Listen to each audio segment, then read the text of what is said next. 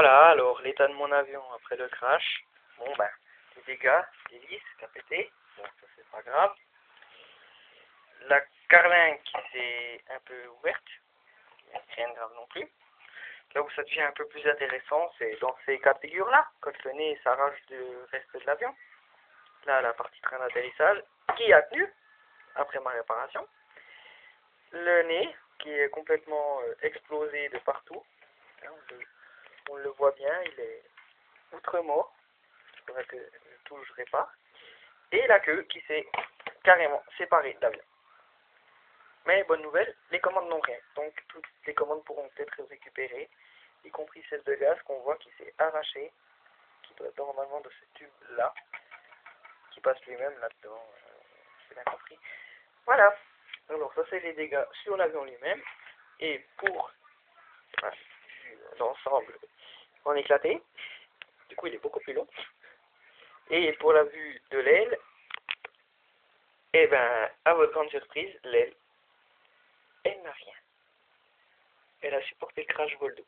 Alors voici l'endroit de l'impact. J'essaie de le mettre en... Voilà. Ça, c'est l'endroit de l'impact. Alors on voit bien. Bon là il y a un petit peu l'entoilage qui s'est déchiré et puis l'épaisse qui est calée dessus, mais rien de méchant. Là, on voit un petit peu des traces mais qui partent facilement, donc pas de problème. Ici, pareil. Bon, l'entoilage qui est un petit peu détendu, on va dire. Mais ça va encore. Quant à l'autre côté, qui a aussi un petit peu ramassé. Bon, l'entoilage était déjà descendu de mes précédentes réparations. Mais sinon, tout a tenu. On voit bien qu'elle est entière. Avec la jolie fissure scotchée qui apparaît à la lumière. Il est vrai, mon petit tacon, mais bon, sinon elle a rien. Donc juste là que je vais réparer parce que l'élastique creuse le bois. Donc, voilà, je trouve une solution pour que ce soit un peu plus solide.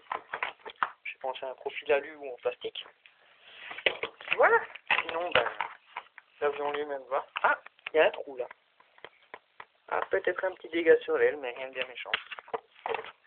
Donc, les réparations vont se faire avec de ces planches de balsa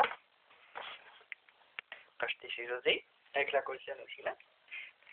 Puis voilà, on va le réparer, puis d'ici une semaine ou plus tard, il sera prêt.